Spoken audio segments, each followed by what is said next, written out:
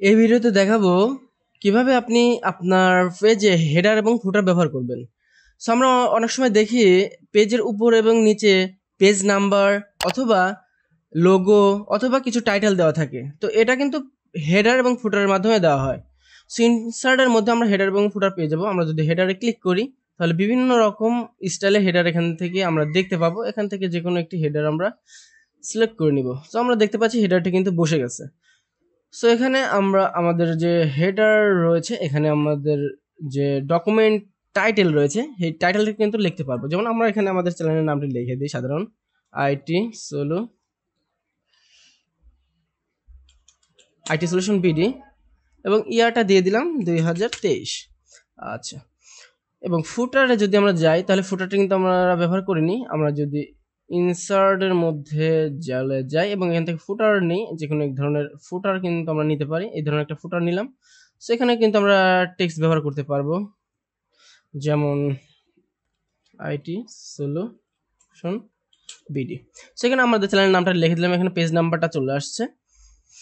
সেভাবে কিন্তু হেডার এবং ফুটার ব্যবহার করতে পারবো। হেডার এবং ফুটার যখন আমরা নিব তখন উপরের দিকে আমরা কিছু সেটিং দেখতে পাবো, যেমন টেবিল টুলসের মধ্যে ডিজাইন এবং লেআউট দেখতে পাবো। এগুলো আমরা সব দেখেছি যেহেতু আমরা টেবিলের কাজ করতেছি। এবং আমরা যখন হেডারের পর ক্লিক করব তখন আমরা হেডার এবং ফুটারের ডিজাইন অপশনটি দেখতে পাবো। সো ডিজাইনের মধ্যে প্রথমে হেডার এবং ফুটার রয়েছে। এখান থেকে যদি হেডার এবং ফুটারটা চেঞ্জ করতে চাই তাহলে হেডার এবং ফুটার অপশন দিয়ে আমরা ডিজাইনগুলো চেঞ্জ করে নিতে পারবো। এই ধরনের ডিজাইনগুলো আমরা এখান থেকে চেঞ্জ করে নিতে পারবো। ফুটারও সেম কাজ, আমরা ফুটার এখান থেকে চেঞ্জ করে নিতে পারবো। আমরা চাচ্ছি এটা না, আমরা এইটা ব্যবহার করবো। সেই ধরনের ফুটারও কিন্তু আমরা ব্যবহার করতে পারি। আমাদের যেটা ভালো লাগবে আমরা ঠিক সেটা এখান থেকে ব্যবহার করে নিব। সো আমরা এটা ব্যবহার করে নিলাম। সো এখানে আমাদের পেজ নাম্বারটা থাকলো। এরপর রয়েছে পেজ নাম্বার। সো পেজ নাম্বারের মধ্যে পেজ নাম্বারটা কোথায় থাকবে সেটা আমরা এখান থেকে দেখাই দিতে পারি। যেমন আমরা যদি এখানে এইটা সিলেক্ট করি তাহলে উপরের দিকে আমাদের যে হেডার রয়েছে হেডারের মধ্যে পেজ নাম্বারটা বসে যাবে। ঠিক আছে, ফুটারে আমরা পেজ নাম্বার দিয়েছি, হেডারও পেজ নাম্বার দিয়েছি। সো এখান থেকে আমরা অন্য ধরনের গুলো ব্যবহার করতে পারি। আমরা এটা ব্যবহার করতে পারি। পেজ নাম্বার এখান থেকে আমাদের ইচ্ছা মতো আমরা ব্যবহার করতে পারবো। এরপর যেটা রয়েছে সেটা হচ্ছে পিকচার। পিকচারের কাজটি হচ্ছে আমরা হেডারের মধ্যে বিভিন্ন সময় লোগো ব্যবহার করি। সো এখান থেকে আমরা লোগো অ্যাড করতে পারবো। যেমন আমরা যে কোনো একটি লোগো আমরা ব্যবহার করতে পারি। এখানে আমরা আমাদের যে চ্যানেলের লোগো রয়েছে সেটা নিয়ে আসি। তো এটা আমরা ইনসার্ট করে নিলাম। সো আমাদের লোগোটি চলে আসছে। লোগোটি এক কোণায় ধরে ছোট করে নিব। সো এইভাবে কিন্তু আমাদের যে লোগোটি রয়েছে সেটা আমরা ফুটারের মাধ্যমে বসায় দিতে পারবো। সেটা হচ্ছে হেডার এবং ফুটারের কাজ। আপনারা অবশ্যই মনে করে বুঝতে পারছেন। সো পরবর্তী যেটি রয়েছে সেটা হচ্ছে পেজ নাম্বার। সো পেজ নাম্বারের কাজটি হচ্ছে আমরা যদি চাই কোনো পেজ নাম্বার ব্যবহার করতে তাহলে এটা হেডার এবং ফুটার কিভাবে আমরা উঠায় দেব আমরা ব্যবহার করতেছি, বাট এখন আমার মনে হচ্ছে যে হেডার এবং ফুটারটা ব্যবহার করব না।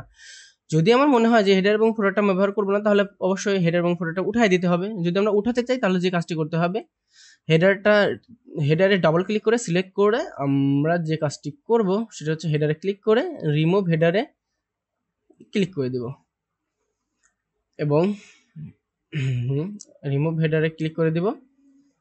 রিমুভ ফুটার দিলে পরে ফুটারটা রিমুভ হয়ে যাবে এবং আমাদের পেজে ডাবল ক্লিক করি তাহলে আমরা দেখতে পাচ্ছি যে হেডার এবং ফুটারটা উঠে গেছে। পরবর্তী যে অপশনটি রয়েছে সেটা হচ্ছে পেজ নাম্বার। আমরা এখান থেকে টপ অফ পেজে গিয়ে আমরা টপ অফ পেজে বিভিন্ন স্টাইল আমরা দেখতে পাচ্ছি। এই যে কোনো স্টাইলের আমরা পেজ নাম্বার দিতে পারবো। সো দেখতে পাচ্ছি আমরা এই ধরনের পেজ নাম্বার কিন্তু দিতে পারবো। আবার এখান থেকে আমরা যেটা করবো বটম অফ পেজ, বটমেও কিন্তু আমরা পেজ নাম্বার দিতে পারবো। আমরা যদি বটম পেজ দিই তাহলে বটমে আমাদের পেজ চলে আসবে, অর্থাৎ নিচে পেজ চলে আসবে। আমরা পেজ মার্জিনেও কিন্তু পেজ দিতে নাম্বার দিতে পারবো। আমরা যদি পেজ নাম মার্জিনে দিই তাহলে মার্জিনের এখানে পেজ নাম্বারটা চলে আসবে। এর পরবর্তীতে রিমুভ পেজ নাম্বার, আমরা যদি রিমুভ পেজ নাম্বারে দিই তাহলে পেজ নাম্বারটা উঠে যাবে। সো এখান থেকে আমরা একটি পেজ নাম্বার দিয়ে দিচ্ছি, যেমন টপে আমরা এটা পেজ নাম্বারটা দিয়ে দিচ্ছি। পেজ নাম্বারটা শুরু হবে কত থেকে বা কি স্টাইলে পেজ নাম্বার হবে সেটা ফরম্যাট পেজ নাম্বারে গিয়ে এখান থেকে আমরা পেজ নাম্বারটার স্টাইলটা আমরা এখান থেকে দেখিয়ে দিতে পারবো। আমরা এই ধরনের একটা পেজ নাম্বার দিয়ে নিলাম। আমরা এখান থেকে এবিসিডি দিতে পারি, ইটালিক দিতে পারি, বড় ছোট হাতের এবিসিডি দিতে পারি। এই ধরনের নাম্বার দিয়ে এখান থেকে স্টার্ট অ্যাড থেকে যদি আমরা এখানে দিয়ে দিই 3 দিয়ে ওকে করি, তাহলে আমরা দেখতে পাবো আমাদের পেজ নাম্বারটা কিন্তু 3 থেকে শুরু হয়েছে। তো অবশ্যই আমরা এখান থেকে পেজ নাম্বারটা যেটা করব সেটা হচ্ছে এটা দিয়ে দিব, এটা দিয়ে ওকে করলে পরে 1 থেকেই শুরু হবে। সো আজকে ভিডিও এটুকুই। পরবর্তী ভিডিওতে টেক্সট বক্স সম্পর্কে বলবো। টেক্সট বক্সের অনেক কাজ রয়েছে। আপনি যদি টেক্সট বক্সের কাজ না জানেন তাহলে মাইক্রোসফটের অনেক কাজই করতে পারবেন না। সো টেক্সট বক্সের কাজ আমরা বিস্তারিত পরবর্তী ভিডিওতে দেখাবো। তো সেই ভিডিও দেখার আমন্ত্রণ জানিয়ে আজকে ভিডিও এখানে শেষ করছি। Good bye.